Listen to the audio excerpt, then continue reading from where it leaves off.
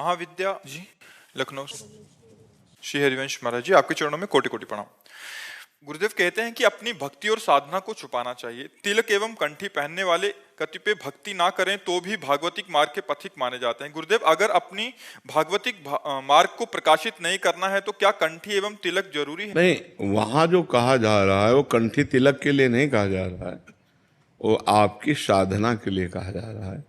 जैसे आप कितना नाम जप करते हैं, आपको क्या अनुभूतियां हो रही हैं, आप कितना भगवान के प्रति समर्पित हैं, आपके क्या क्या पाठ हो रहे हैं, क्या क्या अनुष्ठान हो रहे हैं। नहीं, अपनी अनुभूतियों को, अपनी दिनचर्या को, अपनी साधना को तब तक छुपाए जब तक भगवत प्राप्ति न हो जाए। और जब भगवत प्राप्ति हो गई तो फिर बात अलग है, फिर कोई भय का विषय नहीं रहता। इसलिए एक कंठी तिलक तो हमारे जैसे आप लोग सुहाग धारण करते हैं ठसक से, ऐसे हम सुहाग धारण करते हैं। ये हमारा सुहाग है, हम अपने इष्ट के प्रति जो सुहाग धारण किए हैं, इससे कोई हमारा उसमें हानि लाभ वाला विषय थोड़ी है, ये तो हमारा सुहाग है।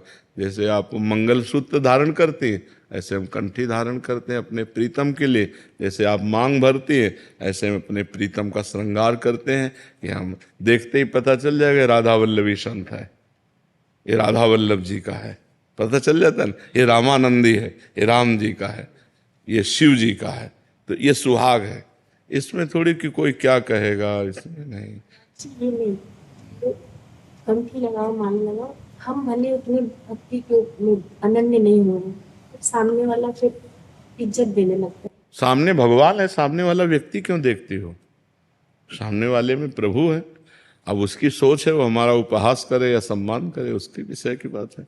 हम उसकी मानसिकता से थोड़ी चलते हैं। भाई कौन क्या कहेगा इसके लिए हम थोड़ी हैं।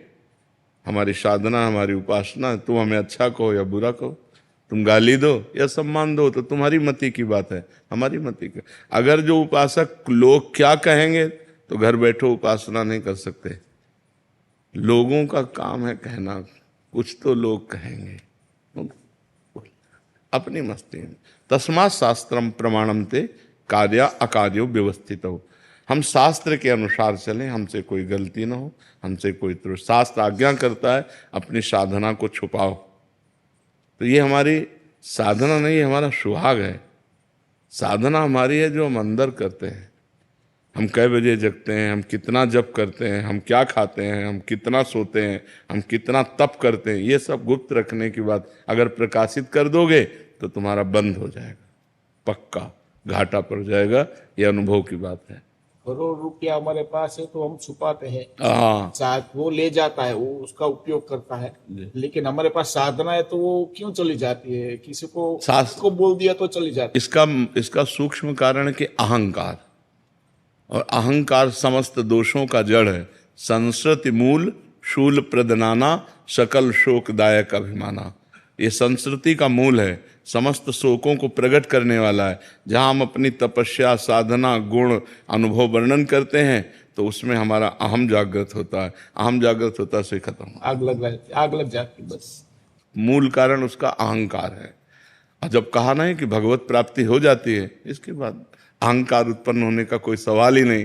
तो संत जन अपने अनुभव वर्णन करते हैं, अपनी दिनचर्या वर्णन करते हैं, अपनी साधना वर्णन करते हैं, क्योंकि अब उनको कोई फर्क नहीं पड़ने वाला।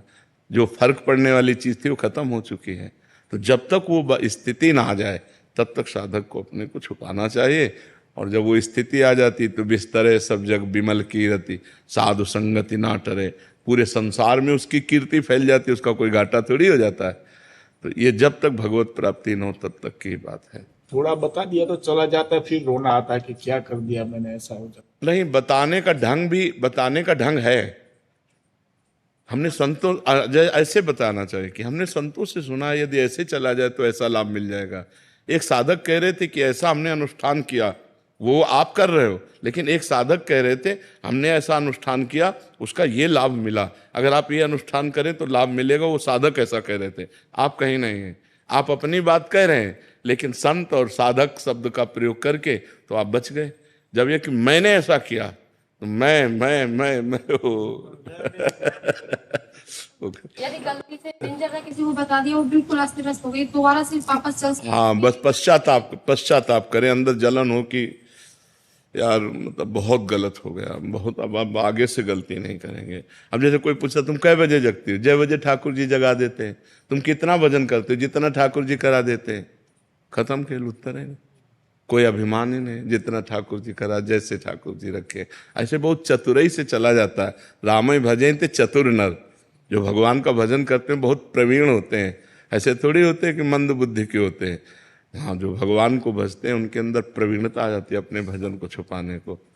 एक संत भाव में कथा हो रही थी, मूर्छित हो गए, रोने लगे, सब बेबस, उनकी दशा बदल गई।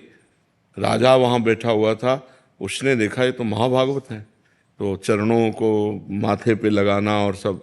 उन्होंने देखा कि जब राजा प्रणाम कर रहा है तो पूरी जितनी सभा है ये सब तो अब हमारा भजन क्षीण हो जाएगा, बड़े विघ्न पड़ेगा। तो जब होश में आए तो उन्होंने कहा महाराज आपने क्यों प्रणाम किया? तो उनका हमने तुम्हारे अंदर समस्त भागवत गुण देखे। बोले नहीं महाराज, हमें मिर्गी आती है। पूरी सभा को गोल कर दिया, पूरी सभा। राजा ने कहा अच्छा? बोले हमें जब कभी ऐसा कुछ होता तो मिर्गी आ जाती, तो हाथ पैर पटकना, लार निकलना आंसू हमारे अंदर। राजा भी वापस तो एक पॉइंट से सब अपने को बचा लिया। तो अगर हम भक्ति को अपनी चरम सीमा में पहुंचाना चाहते हैं तो हमें छुपाना चाहिए जहाँ तक हो सके। लेकिन ये नहीं कि हम कंठी न धारण करें, हम भगवान का नाम न उच्चारण करें, नहीं नहीं, इतना नहीं। हम अपनी दिनचर्या को, अपनी तपस्या को, अपने अनुष्ठान को गुप्त रखें। वो हमारी ठसक है। हाँ, वो हमारी गुप्त वस्तु है, वो हमारे अंदर की वस्तु, उसे प्रकट न करें।